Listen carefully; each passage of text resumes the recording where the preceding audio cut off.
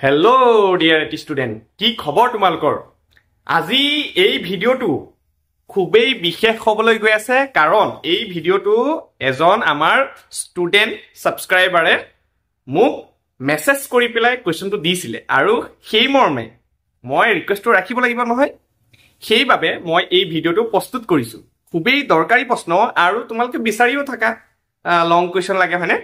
So সেই মৰ্মে মই এই ভিডিঅ'টো প্ৰস্তুত কৰিছোঁ, আৰু তোমালোকক মই যেহেতু এই প্ৰশ্নটো আমাৰ গণিতৰ ক্লাছ 10ৰ গণিতৰ 3 নম্বৰ চেপ্টাৰ আমাৰ দুটা চলকযুক্ত ৰৈখিক সমীকৰণ সেই পাঠৰ পৰা লোৱা হৈছে, আৰু এই প্ৰশ্নটো তোমালোকে কিতাপত কিন্তু নাপাবা।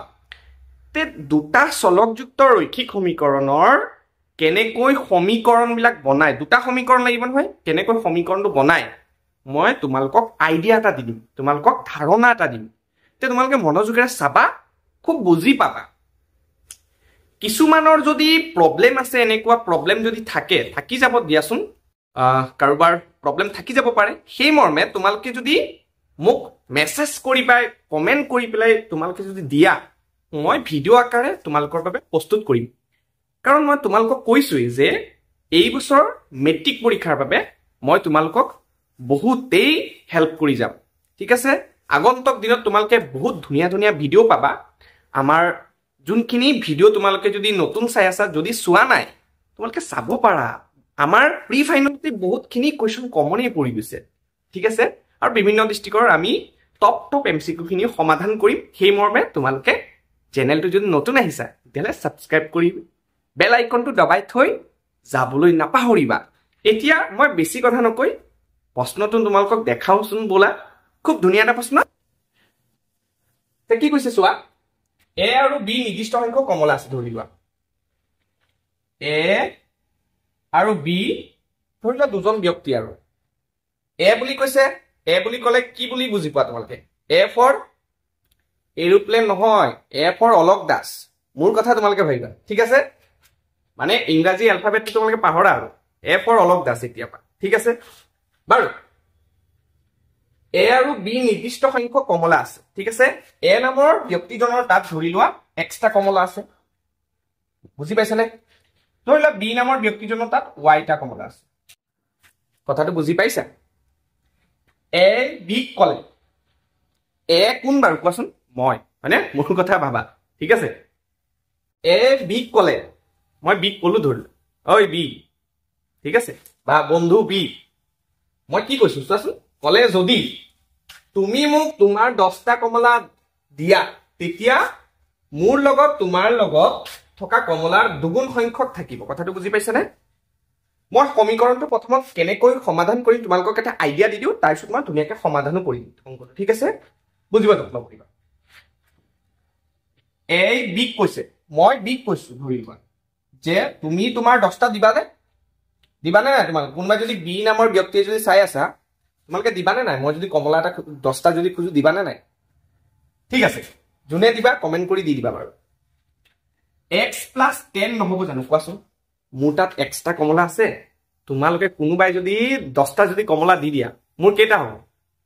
আৰু 11টা বাঢ়ি যাব, হয়নে? সেই ভুল হৈছে চোৱা, আৰু 10টা বাঢ়িব মোৰ তাত, 10টাহে খুজিছো মই, ঠিক আছে? তোমালোকে মৰমত বোলে 11টা দিছো, সেইটো নহ'ব। আৰু এই অংকত তুমি মৰম কৰিলে নহ'ব, ঠিক আছে? x প্লাছ 10টা হৈ যাব।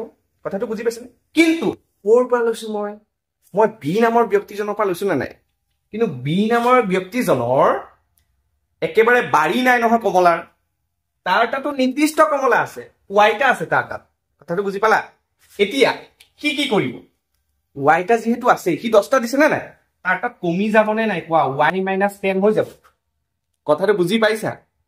এতিয়া চোৱা কি কৈছে, যেতিয়া ধৰি লোৱা 10টা মোক দি দিলে, তেতিয়া মোৰ লগত তোমাৰ লগত থকা কমলাৰ দুগুণ সংখ্যক হ'ব। কাৰ দুগুণ হ'ব? বিৰ দুগুণ হ'ব। এই চোৱা, কোনে কৈছে? এ বিক কৈছে যে কি ক'লে চোৱাচোন, ক'লে যদি তুমি মোক তোমাৰ 10টা কমলা দিয়া, তেতিয়া মোৰ লগত, এৰ লগত মানে হা, তোমাৰ লগত মানে কাৰ লগত? বিৰ লগত থকা কমলাৰ দুগুণ সংখ্যক হ'ব। বিৰ লগত আছে কেইটা এতিয়া? y - 10টা, তাৰ দুগুণ হ'ব মানে কি?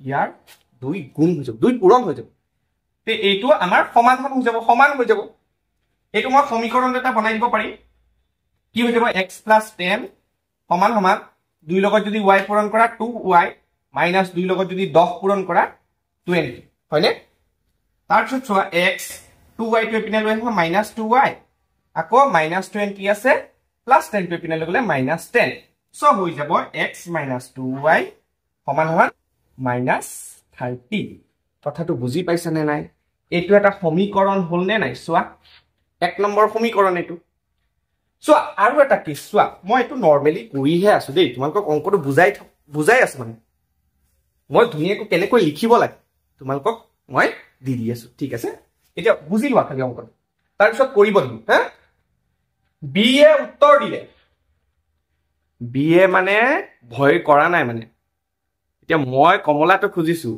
বি এ ভয় কৰা নাই ডাইৰেক্ট কৈছে ঠিক আছে স্যাৰ বি এ কি উত্তৰ দিলে চোৱা যদি তুমি মোক তোমাৰ 10টা কমলা দিয়ে বি এ আকৌ ইমান বুদ্ধি ই আকৌ মুকে প্ৰশ্ন কৰিছে যে স্যাৰ আপুনি 10টা কমলা দিয়কচোন যদি 10টা কমলা যদি দিয়ে xৰ কেইটা আছিল xৰ আছিল কেইটা সৰি xৰ কৈছো মই এৰ আছিল xটা কথাটো বুজি পাইছনে এৰ আছিল xটা এতিয়া এৰ পৰা 10টা যদি দি দিয়ে x - 10 হ'ব নে নাই কথাটো ভাবি চোৱাছো তেতিয়া বিৰ আছিল কেইটা বিৰ আছিল y টা হয়নে নাই তে y টা আছিল y কি হৈ যাব চোৱা যদি বি এ উত্তৰ দিলে যদি তুমি মোক তোমাৰ 10টা কমলা দিয়ে এক কৈছে হা এৰ আছিল কেইটা x টা তে x ৰ পৰা 10টা কমি যাব x - 10 হৈ যাব কমলা দিয়া তেতিয়া তোমাৰ লগত যিমান কমলা বাকি আছে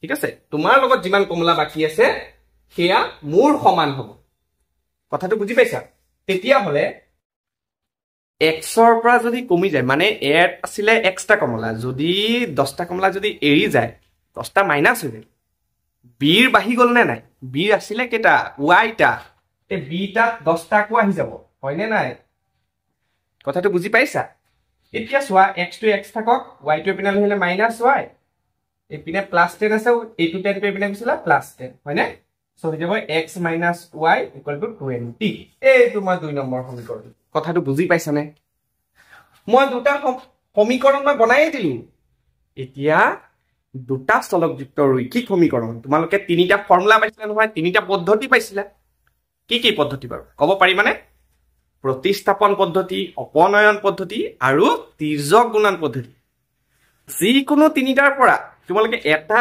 পদ্ধতি এপ্লাই কৰিলে আনসাৰটো কৰিব পাৰিবা তেও তোমালোকক মই অপনয়ন পদ্ধতিটো ব্যৱহাৰ কৰি পেলাই দেখুৱাই দি আছো ঠিক আছে মই এখিনি মুছি পেলাই তোমালোকক সমাধান কি কেনেকৈ কৰে তোমালোকক মই দেখাই দি আছো চোৱা ঠিক আছে মনোযোগেৰে চাবা মই মুছি সমাধানটো কৰি লৈ আহিছো যাতে আমাৰ সময় যাতে বাছে ঠিক আছে ধুনীয়াকৈ মই লিখি ধুনীয়াকৈ সমাধানটো কৰি লৈছো এতিয়া চোৱা কি হৈছে চোৱা মই ধুনীয়াকৈ যেহেতু বুজালো এই বস্তুটো হয় না তোমালোকক যেহেতু মই এখিনি লিখিহে দিছো ধৰো a এৰ কমলা আছে x টা আৰু b এৰ কমলা আছে y টা ঠিক আছে প্ৰশ্নমতে তোমালোকক মই সমীকৰণ দুটা বনাই পেলাই দেখুৱাইছো হয় না কি হ'ব x + 10 = 10 2y 2 whole into y - 10 সমীকৰণটো এটো আহি যাব আকৌ 2 নম্বৰ কন্ডিশনটো যদি মই এপ্লাই কৰো x - 10 = y + 10 আৰু x - y = 20 2 নম্বৰ সমীকৰণে এতিয়া চোৱা অপনয়ন পদ্ধতিৰে সমাধান কৰিছো অপনয়ন পদ্ধতিৰে সমাধান কেনেদৰে কৰে আমাৰ যদি আমাৰ চোৱা প্ৰথম পদ আৰু প্ৰথম পদ যদি মিলি থাকে আমি অপনয়ন পদ্ধতি কৰিলে হয় আকৌ আমি y পদটো আকৌ y পদটো যদি মিলি থাকে তেতিয়াও আমাৰ অপনয়ন পদ্ধতি ইউজ কৰিলে সহজতে ওলাই যায় ঠিকানে চোৱা x মিলি আছে কাৰণে মই ধুনীয়াকৈ অপনয়ন পদ্ধতিৰে ইউজ কৰিছিলো ঠিক আছে এটা চোৱা x - 2y = -30 মানে 1 নম্বৰ সমীকৰণটো ওপৰত লিখিছো ঠিক আছে 1 নম্বৰ সমীকৰণটো ওপৰত লিখিছো ঠিক আছে আকৌ এটো 2 নম্বৰ সমীকৰণটো এইটো হয়নে এটো 2 নম্বৰ সমীকৰণটো এতিয়া চোৱা 1 নম্বৰ সমীকৰণটোৰ পৰা 2 নম্বৰ সমীকৰণটো মই মাইনাস কৰিছো মাইনাস কৰিলে কি হয় তলৰ চিনবিলাক খালখলনি হয় ইয়াতে প্লাস আছে x ৰ আগত কি চিন আছে প্লাস আছে এটো হৈ যাব মাইনাস এটো প্লাস এটো মাইনাস আছে এটো হৈ যাব প্লাস ইয়াতে প্লাস আছে এটো হৈ যাব মাইনাস হয়নে ওপৰটো প্লাস x তলটো মাইনাস x ক্যান্সেল এতিয়া চোৱা ওপৰটো -2y নহয় জানো তলত আছে +y তেতিয়া হলে -2y ৰ পৰা +y আছে মানে -y ৰৈ যাব এই -y ওপৰটো -30 তলৰটো -20 হৈ যাব -50 কথাটো বুজি পাইছা নহয় এই মাইনাস মাইনাস কেনসেল যাব আৰু y ইকুৱেল টু হৈ যাব 50 y মানে কি আছিল বাৰু b ৰ কমলা আছে y টা মানে b ৰ কমলা আছে কেইটা b আছে 50 টা আচ্ছা y মানটো মই 2 নম্বৰ সমীকৰণ বহাই দিছো তোমালোকে 1 নম্বৰ সমীকৰণত বহাই দিলেও পাৰিবা মই 2 নম্বৰ সমীকৰণতে দিছো y মানটো যদি 2 যদি বহাই দিয়া x মাইনাস কিমান আছে বাৰু 2 নম্বৰ সমীকৰণটো y আছে মই y ৰ জায়গা 52 বহাই দিছো ঠিক আছে ইকুৱেল টু 20 আছে কিনা দেখা পাইছানে x to x এর রোল -50 এপিনে গুছি গলে +50 হৈ যাব তে 20 আৰু +50 কিমান 70 হয় নে সো 70 বহাই দিলো এই আছে x ৰ মান 70 পালো y ৰ মান 50 পালো a ৰ মান কিমান a ৰ কমলা আছে x টা মানে a ৰ কমলা আছে 70 টা x ৰ মান ওলাইছে 70 আৰু b ৰ কমলা আছে আমাৰ 50 টা কথাটো বুজি পাইছা নে তে এই কোৱেশ্চনটো মই ইয়াতে ৰাখিলো যেহেতু এটা কোৱেশ্চনে মোক ৰিকমেন্ড কৰিছিলে তোমালকে কোনোবাই যদি কিবা কোৱেশ্চন যদি নোৱাৰা মোক ধুনিয়াকে ফটো মাৰি পেলাই তোমালকে WhatsApp হক বা তোমালকে ইনষ্টাগ্ৰামত মোক মেছেজ কৰি পেলাই দিব পাৰিবা তেতিয়া তোমালকে নিশ্চয়কৈ সমাধান পাই যাবা মোৰ পৰা একোৱে নিৰাশা নহবা তোমালকে ঠিক আছে আৰু আমাৰ সোনকালে 1k সাবস্ক্ৰাইবাৰ ফ্যামিলি কমপ্লিট হ'ব হেতু কাৰণে তোমালকে সোনকালে কৰি দিয়াছো মোৰ এটা মোটিভেশন পাম হয়নে আৰু তোমালকে এই কালি পৰহি ভিতৰতে বহুত কেইখন ডিস্ট্ৰিক্টৰ তোমালকে টপ MCQ আহি আছে ভিডিও তোমালকে হেখিনি কৰিবা মেট্ৰিকৰ বাবে হেখিনি মানে একদম ৰামবান তোমালকে কন্টিনিউ ভাবে মোৰ চেনেলত এক্টিভ থাকিবা বহুত ধুনিয়া ধুনিয়া কন্টেন্ট আনিম তে মই আজিলৈ এটো ভিডিওৰ এখিনতে ৰাখি মই বিদায় লৈছো সকলোৱে ভালকে পঢ়া শুনা কৰিবা অল দা ভেৰি বেষ্ট